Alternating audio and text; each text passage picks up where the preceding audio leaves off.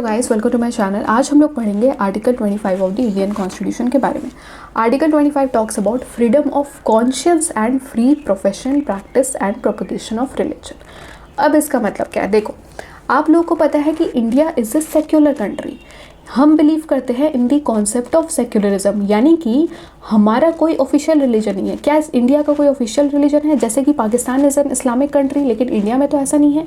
India believes in the concept of सर्वधर्म समभाव, यानी कि हम सब रिलीजन को इक्वली रेस्पेक्ट करेंगे।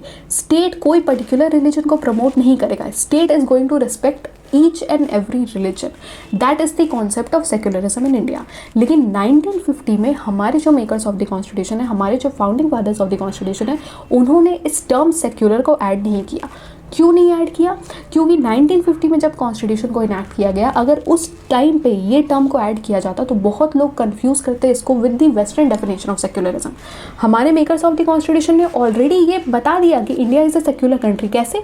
Bye giving us the fundamental rights. Article 25 to article 28 जब हम पढ़ेंगे तो हमको समझ में आएगा कि हाँ, इंडिया एक सेक्युलर कंट्री है। लेकिन हमारे मेकर्स ऑफ द कॉन्स्टिट्यूशन ने ये टर्म सेक्युलर को ओरिजिनली कॉन्स्टिट्यूशन में ऐड नहीं किया। तो ये टर्म सेक्युलर को कब ऐड किया गया? ये इंदिरा गांधी की सरकार ने प्रियम्बल में ये टर्म को डाला by passing 42nd constitutional amendment act of 1976। ठीक है। अब क्यों हमारे मेकर्स ऑफ द कॉन्स्टिट्यूशन ने इस टर्म को ऐड नहीं किया? क्योंकि बहुत लोग इस टर्म सेक्युलर को कंफ्यूज करते हैं with the western definition of secularism. Western definition of secularism क्या है कि there is complete divorce between state and religion. वहाँ पे स्टेट और रिलीजन के बीच में एक बहुत बड़ी दीवार है, यानी कि स्टेट को रिलीजन से कोई लेना देना नहीं है। आप रिलीजन के नाम पे लड़ो मरो, आप रिलीजन के नाम पे अगर कुछ गलत काम करो, अगर आप रिलीजन के नाम पे डिस्क्रिमिनेट करो, so state is not going to interfere in any of your religious matters. ये होता है वेस्टर्न डेफिनेशन ऑफ सेक्युलरिज्म। लेकिन इंडिया में ऐसा नहीं है। हाँ, इंडिया सब रिलीजन को इक्वली तो रेस्पेक्ट करेगा, लेकिन इंडिया ये भी, हमारा स्टेट ये भी चेक करेगा कि क्या आप रिलीजन के नाम पे कहीं डिस्क्रिमिनेशन तो नहीं कर रहे हो। क्या आप रिलीजन के नाम पे, जैसे आर्टिकल 15 पढ़ो।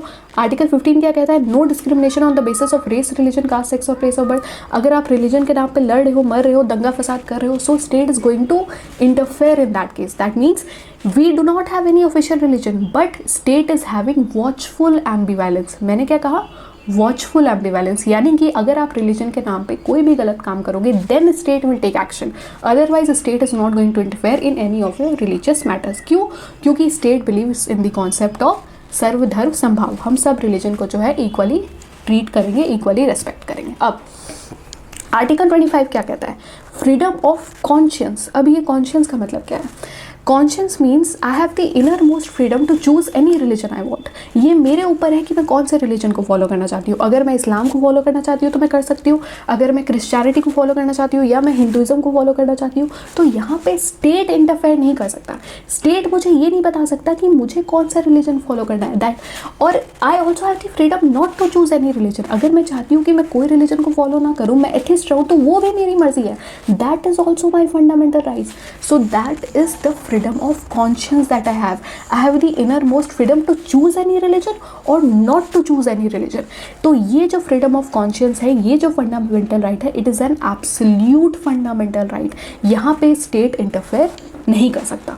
Similarly I have the freedom to practise religion, profess और प्रोपगेट एनी रिलीजन। जैसे कि मैं सिख रिलीजन से बिलोंग करती हूँ, तो मैं अगर अपने रिलीजन को प्रैक्टिस करना चाहती हूँ, जैसे कि अगर मैं गुरुद्वारा जाके मत्था टेकना चाहती हूँ, मैं पाठ पूजा करना चाहती हूँ, तो वो मेरे ऊपर है, वो स्टेट इंटरफेयर नहीं कर सकता उस केस में। अगर मैं अपने रिलीजन को प्रोपगेट करना चाहती हूँ, if I want to propagate means if I want to spread my religion, if I want to tell other people about the features of my religion, about the philosophy of my religion, so that is also my fundamental right. ठीक है। So article 25 talks about freedom of conscience. That means I have the innermost freedom to choose any religion or not to choose any religion, and it is an absolute fundamental right. 25 talks about freedom of conscience and free profession, practice and propagation of religion. लेकिन free profession, practice and propagation of religion के लिए 3 reasonable grounds of restrictions है जो कि mention किए गए हैं in article 25 sub clause 1।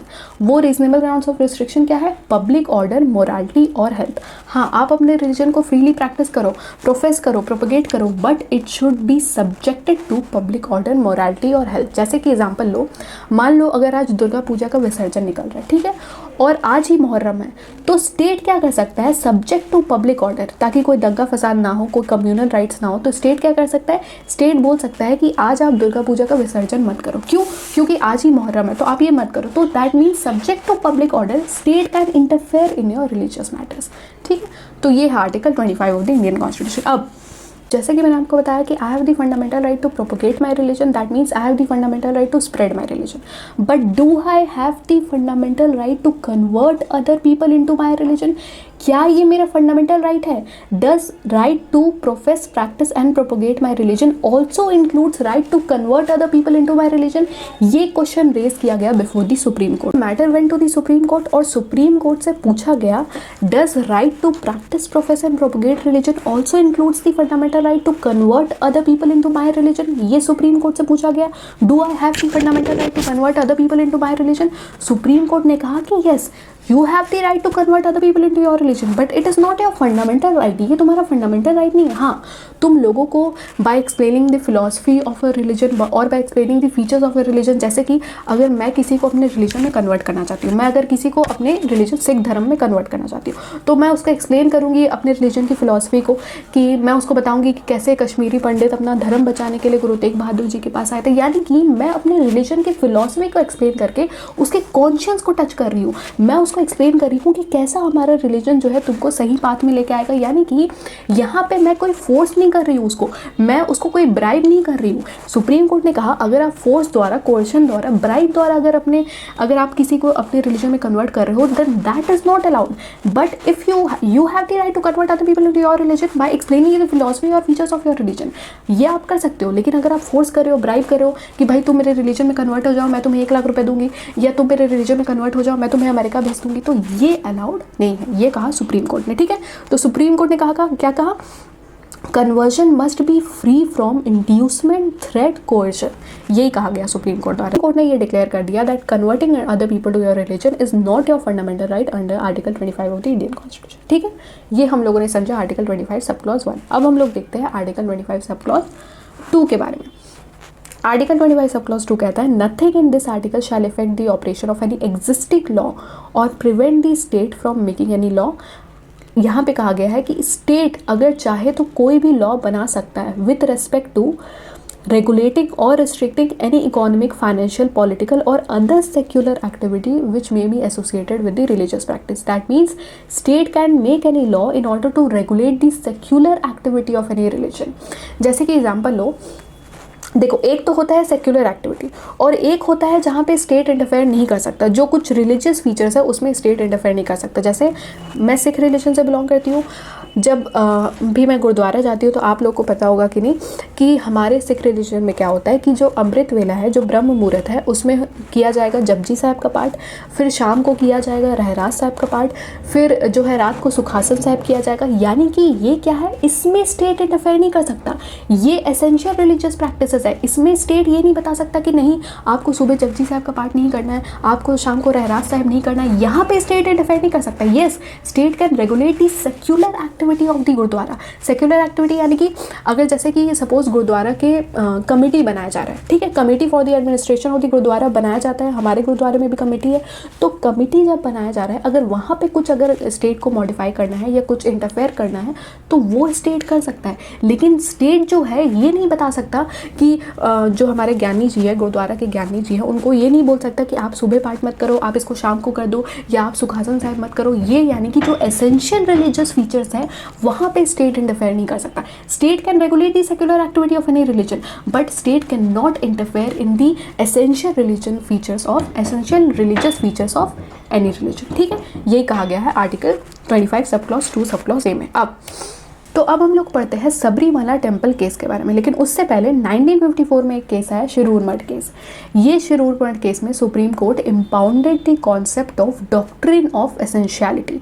अब इसका मतलब क्या, देखो इस कॉन्सेप्ट को सुप्रीम कोर्ट ने इंट्रोड्यूस किया। तो रिलीजन के कुछ फीचर्स जो होते हैं वो एसेंशियल फीचर्स होते हैं and some features of the religion are non essential. जैसे कि मैंने आपको गुरुद्वारा का एग्जांपल लेके बताया, जैसे हमारा एसेंशियल फीचर क्या है कि अमृत वेले जो है जपजी साहब का पाठ होगा, नित्यनेम का पाठ होगा, शाम को रहरास साहब होगा गुरुद्वारा में, रात को सुखासन साहब होगा। तो ये क्या है, ये सिख रिलीजन के एसेंशियल फीचर्स है। लेकिन कुछ फीचर्स ऐसे हैं जो नॉन एसेंशियल है, जैसे मैंने आपको बताया कि गुरुद्वारे के कमेटी के मेंबर्स को इलेक्ट किया जा रहा है, वो क्या है, वो नॉन एसेंशियल फीचर्स है हमारे रिलीजन का। तो जो essential features of our religion है, ऑफ एनी रिलीजन, उसमें सुप्रीम कोर्ट इंटरफेयर नहीं कर सकता है। State can not interfere in that case. लेकिन जब हम नॉन एसेंशियल फीचर्स की बात करते हैं, इन that case state can interfere. तो ये कॉन्सेप्ट को सुप्रीम कोर्ट ने इंट्रोड्यूस किया। ठीक है, जैसे कि देखो बहुत सारे केसेस में, जैसे Mohammad Hanif Qureshi versus state of Bihar, Supreme court ने कहा कि in Hinduism worshipping an idol और image is essential religious feature. ये कहा सुप्रीम कोर्ट ने। इन सरवार हुसैन वर्सेस आदिल जज, सुप्रीम कोर्ट ने कहा Muslim offering prayers at public mosque that is also essential religious feature of Islam. Non essential religious feature क्या है, Supreme court ने कहा in Mohammad Hanif Qureshi versus state of Bihar में कि sacrifice of a cow in the Muslim religion, ये non essential religious feature है। उसके बाद in Sarup Singh Sardar versus state of Punjab, Supreme court ने कहा right to elect members to a committee for the administration of gurdwara property amongst Sikh is non essential religious feature. यानी कि मैं आपको ये बताने की कोशिश कर रही हूँ कि supreme court from case to case ये डिसाइड करता है कि कौन सा फीचर एक रिलीजन का एसेंशियल फीचर्स में आएगा और कौन सा नॉन एसेंशियल फीचर्स में आएगा। अगर एसेंशियल फीचर्स में आएगा then supreme court can interfere and introduce any sort of reform that they want, but in case of essential